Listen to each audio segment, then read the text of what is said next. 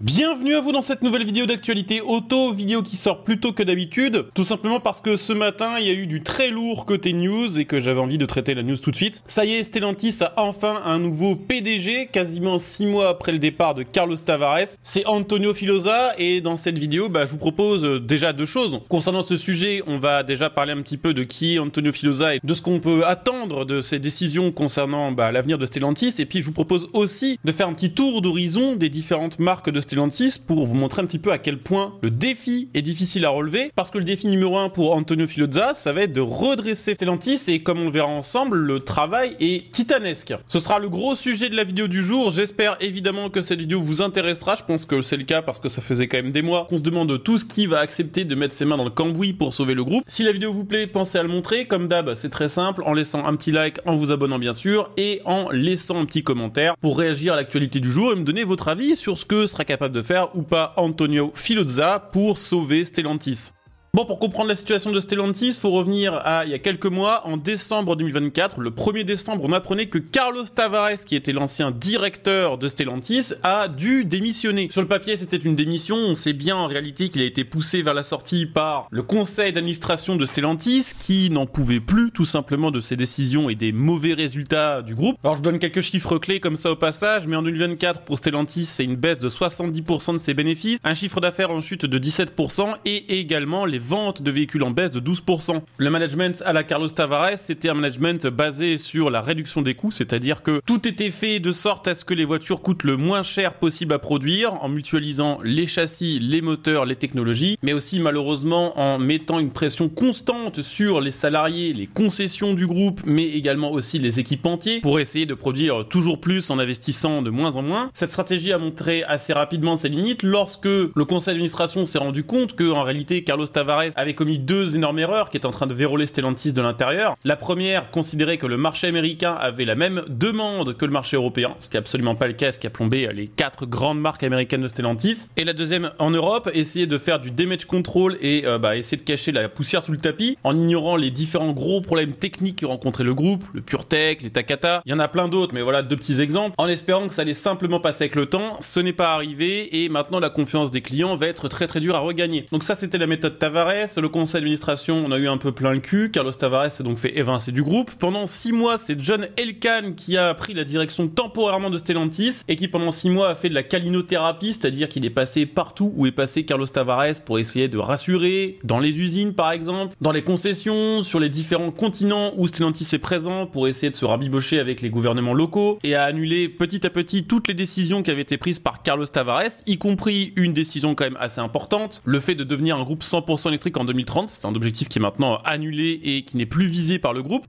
Et on arrive maintenant donc au 28 mai 2025 et on vient de l'apprendre, Antonio Filosa prend les commandes de Stellantis. Il a 51 ans, il est italien, il a travaillé chez Fiat pendant plus de 25 ans et il est perçu, en tout cas à l'intérieur de Stellantis, comme ayant un style plus humain et accessible, ce qui contraste fortement bien sûr avec celui de Tavares qui était jugé comme rigide. Pendant plus de 20 ans, il a bossé aussi bien pour des marques comme Fiat, Alfa Romeo ou même Maserati. Il a réussi à sauver la plupart des marques italiennes pour lesquelles il travaillait en Amérique du Sud, notamment au Brésil, où il a lancé une quinzaine de nouveaux modèles Fiat sur le marché en environ 5 ans seulement. Il a également géré un investissement de 4 milliards d'euros pour moderniser les installations et les usines de ses marques en Amérique du Sud. Il est donc habitué aux situations complexes et il s'en est plutôt bien sorti jusqu'ici. Il a quand même un petit flop à son actif, enfin un gros flop en réalité, c'est lui qui a été à l'origine du projet de faire une Fiat 500 électrique. On sait bien que ça s'est très mal passé et que les ventes ont été cataclysmiques. Il connaît les marques italiennes qui ont été un petit peu mises de côté du côté de chez Stellantis. Il a bossé en Amérique, y compris aussi en Amérique du Nord, où il était jusqu'ici directeur de la qualité pour les 4 marques américaines du groupe. Donc il a de l'expérience sur un petit peu tous les terrains et est attendu de lui déjà d'avoir un management plus humain que celui de Carlos Tavares, de privilégier le dialogue et la proximité et de laisser de l'espace aux différentes marques de Stellantis. Alors justement, vu qu'on parle un petit peu des différentes marques de Stellantis, je voulais aussi profiter de cette vidéo pour faire un petit peu le point sur où on en est, pour vous montrer un petit peu à quel point la mission qui l'attend est quand même quasiment impossible.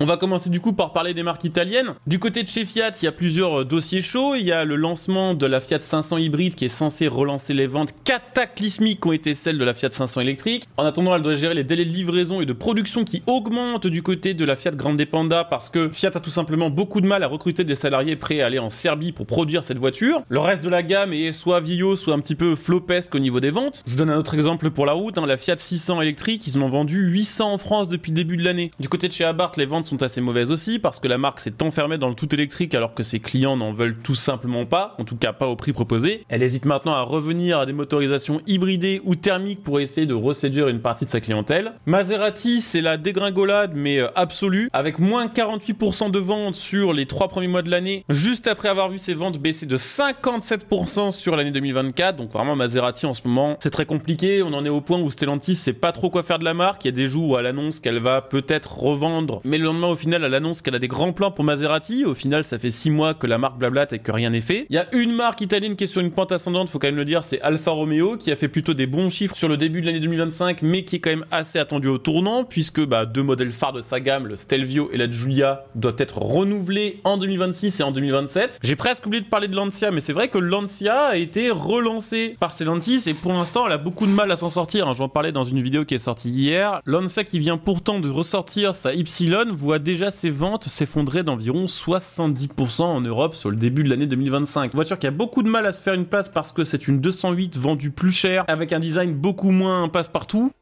Du côté des marques françaises, c'est la foire à la saucisse. On a la marque DS qui a fait moins 26% de ventes en 2024 et qui n'intéresse plus grand monde. Les entreprises n'en achètent plus parce que pas de moteur diesel. Les clients particuliers les ont lâchés parce que trop cher pour du Citroën rebadgé. On en est au point où Stellantis parlait il y a quelques temps quand même peut-être de lâcher DS et de faire revenir DS sous forme de finition haut de gamme chez Citroën.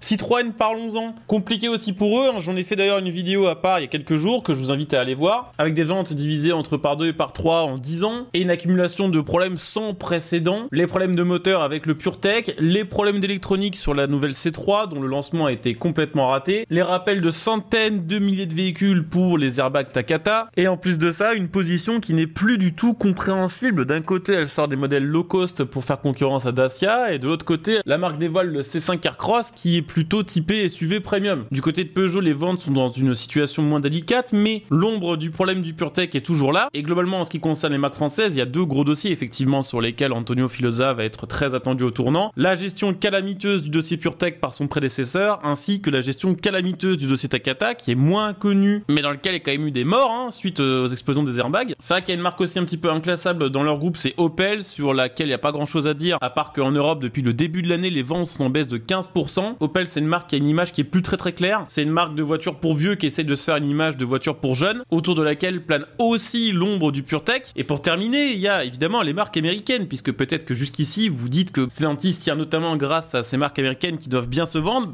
Sachez que c'est pas vraiment le cas. Aux États-Unis, Stellantis, elle a plein de galères à gérer. Déjà de manière globale, elle doit composer avec les taxes Trump qui ont été faites en partie exprès pour cibler Stellantis, puisqu'il y avait des tensions entre Carlos Tavares et Donald Trump. Mais vu que Stellantis va plus pouvoir exporter ses voitures facilement vers les États-Unis en provenance du Mexique et du Canada, depuis ces dernières semaines, ils sont en train d'en urgence adapter les plans qu'ils avaient, puisque jusqu'ici Stellantis avait prévu de fermer des lignes de production et de délocaliser des États-Unis vers le Mexique, mais elle est obligée de faire l'inverse, donc forcément ça va coûter bonbon, et ça c'est des coûts que n'avait pas forcément prévu Stellantis. Mais même si on fait du marque par marque, c'est très compliqué. Chrysler, ils ont plus qu'un seul modèle à vendre dans la gamme depuis 10 ans maintenant, et on en arrive au point où les héritiers de la famille Chrysler veulent racheter la marque parce qu'ils en ont honte de ce que Stellantis en a fait. Il y a Dodge qui a tenté l'aventure de la Charger électrique sous l'impulsion de Carlos Tavares, qui avait voulu volontairement et précisément et personnellement tuer le moteur V8 MI. Le truc c'est que les ventes ont été tellement mauvaises que Dodge est obligé en urgence de sortir une version thermique, et a d'ailleurs annoncé dans la foulée qu'elle allait tout simplement arrêter de produire sa Dodge électrique parce qu'elle se vendait pas. Du côté de Jeep, c'est assez compliqué aussi parce qu'il y a tout un tas de problèmes de fiabilité et surtout des problèmes d'assemblage. Les voitures sont un peu fabriquées avec les pieds. Et du côté de Ram, c'est un petit peu la même chose. On se rappelle qu'il y a quand même des histoires assez marrantes chez Ram où dans les usines américaines, certains modèles étaient obligés d'être réparés avant de sortir de l'usine pour corriger les problèmes d'assemblage qui avaient pu être rencontrés rencontré sur ces mêmes lignes de production dans ces mêmes usines. RAM a perdu une grande partie de sa clientèle parce qu'elle a refusé de remettre un moteur V8 sur son RAM 1500 d'entrée de gamme, chose qu'elle est en train de rechanger maintenant parce qu'elle se rend compte que